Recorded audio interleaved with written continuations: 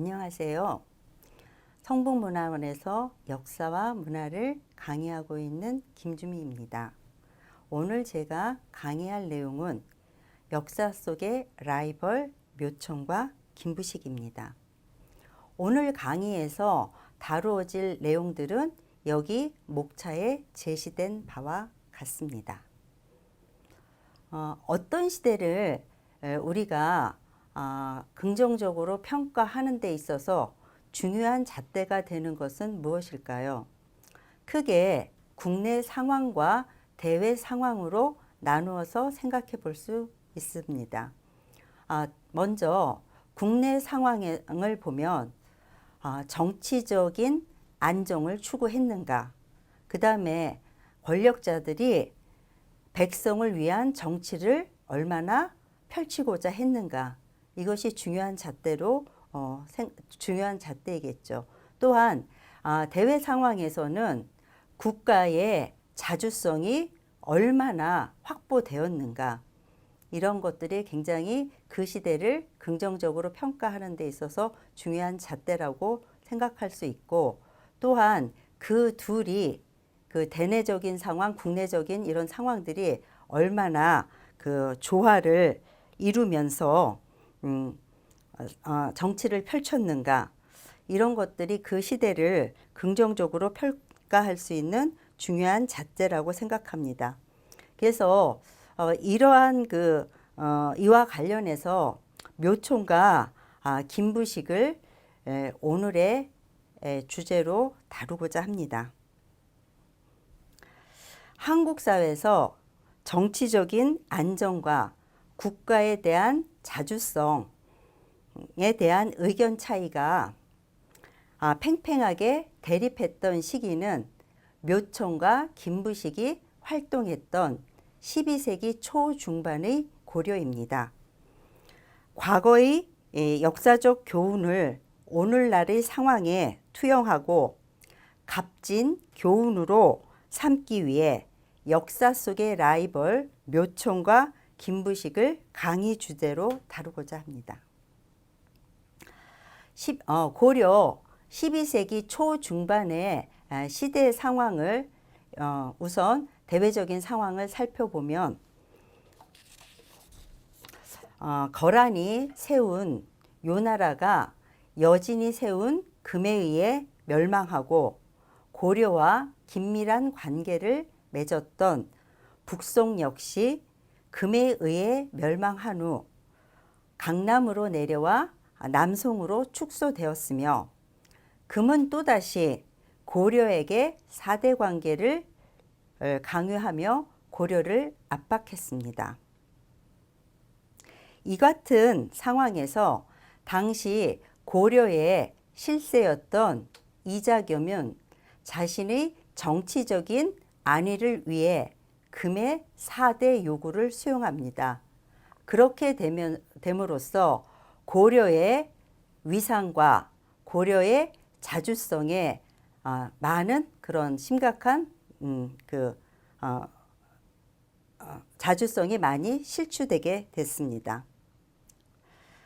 대내적으로 왕실과 혼인관계를 맺으며 외척으로 막강한 권력을 행사했던 이자겸이 실세로 부상했고, 이에 위협을 느낀 인종이 이자겸을 제거하려 했으나 실패하자 이자겸은 이름이 있고 성이 있잖아요. 성에 나무 목자가 있는 자가 고려의 왕이 될 것이라는 그 당시의 도참 사상을 염두에 두고 왕위에 대한 욕심을 나타내며 1126년에 이자겸의 난을 일으켰습니다.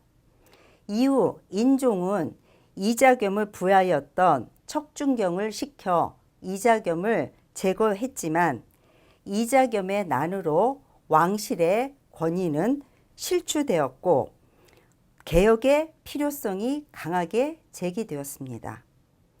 더욱이 귀족들의 착취로 백성들의 삶은 더욱 어려워졌고 고향을 등지고 떠나는 사람들이 많아지자 땅의 기운이 쇠한 수도 개경을 옮겨야 한다는 풍수 지리 사상이 성행하게 되었습니다.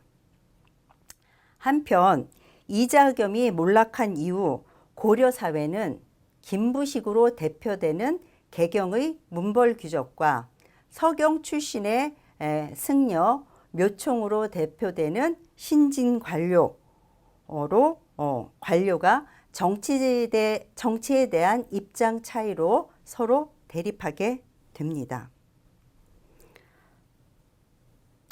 풍수 지리 사상에 능했던 서경 출신의 승려 묘총이 그 이반된 민심을 이용하여 고려를 황제국으로 칭하고 독자적 연호를 사용하며 고려의 4대 관계를 요구했던 금을 정벌하자고 당시 고려의 왕인 인종에게 건의를 합니다.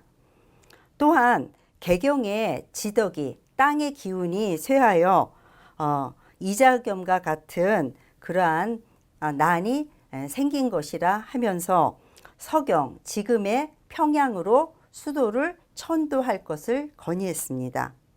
하지만 김부식으로 대표되는 개경을 중심으로 하는 정치 세력의 반대와 서경 천도를 감행하기 위해 취해진 묘총의 속임수가 탄로가 나자 인종의 마음이 바뀌면서 서경 천도 운동은 좌절됩니다. 이에 서경 천도를 주장했던 서경파는 1135년에 묘총을 중심으로 반란을 일으키고 묘총은 대위국을 세워 연호를 천계라 했습니다.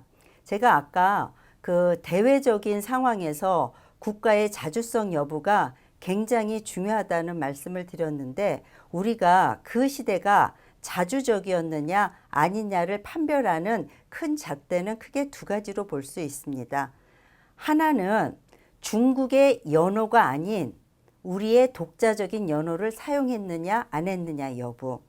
또 하나는 중국과 대등한 황제국, 천자국을 표방했느냐 안 했느냐. 우리가 이제 쉽게 얘기하면 제후국으로서 처신하지 않고 중국과 대등한 황제국 또는 천자국으로 우리가 처신했느냐. 이 두 가지를 갖고 얘기할 수 있는데 여기서 눈여겨봐야 될 것은 연호를 천계라고 한 거는 중국의 연호를 사용한 게 아니라 우리의 독자적인 연호를 사용한다는, 그러니까 묘총은 고려의 자주성을 굉장히 중요시한 그런 인물이라는 것을 다시 한번 확인해 볼 수 있겠죠.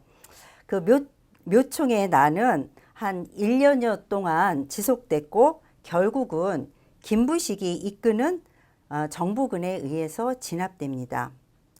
묘총의 서경 천도 운동을 통해 당시의 민심이 문벌 세력의 정치적 독점에 의해 크게 반발하였음을 알 수 있고 또한 고려인의 자주의식이 아직 강하게 남아있음을 확인할 수 있습니다.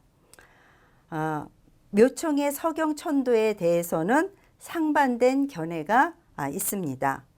긍정적 입장에서는 묘총의 서경 천도 운동을 고려의 재도약을 위한 자주적 개혁적인 노력이었고 한국사에서 의미 있는 정치 운동으로 평가하고 있습니다.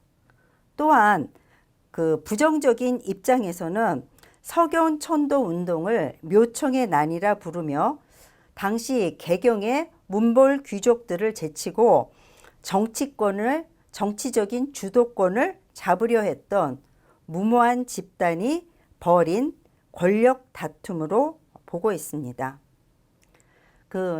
다들 아시겠지만은 역사는 우리가 역사를 흔히 얘기할 때 역사는 역사의 패자의 기록이 아니라 역사의 승자의 기록이라는 얘기를 합니다.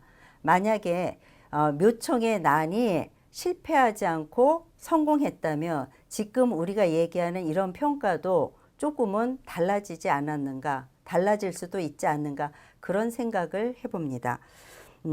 아까 좀 전에 설명할 때 묘총이 속임수가 탄로가 나서 당시 고려의 왕인 인종의 마음이 이제 그 서경천도를 하고자 했던 인종의 마음이 이제 바뀌게 됐다는 얘기를 했는데 그 묘총이 어떤 속임수를 썼는가를 간단하게 한번 살펴보도록 하겠습니다.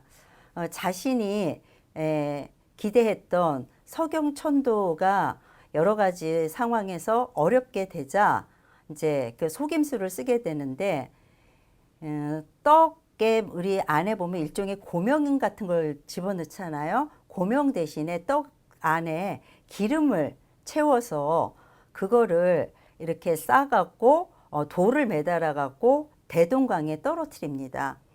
그래서 일정한 시간이 지나니까 그 안에 있던 기름이 바깥으로 나와서 이제 대동강에 이제 둥둥 떴을 거 아니에요. 그걸 갖고 뭐라고 했냐면 이 대동강, 평양에 있는 대동강은 아주 신성한 용이 사는 신성한 곳이기 때문에 이게 용의 기운이 서린 그 증거라고 얘기를 하면서 이제 서경천도 운동의 당위성을 막 주장을 했는데 그게 나중에 탄로가 나서 이제 인종이 완전히 마음을 바뀌게 되는 이제 그런 계기가 됐습니다. 그래서 이제 그런 것도 참고 삼아서 아시면 좋을 것 같아서 부연 설명을 했습니다.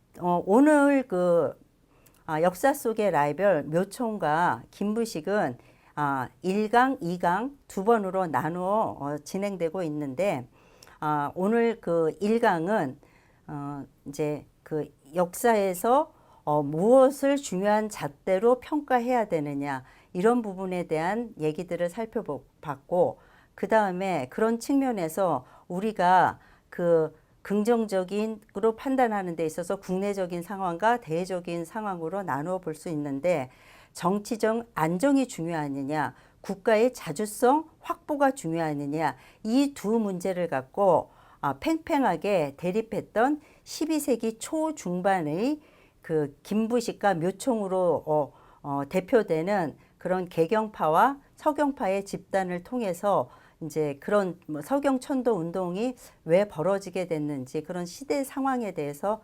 알아보았습니다.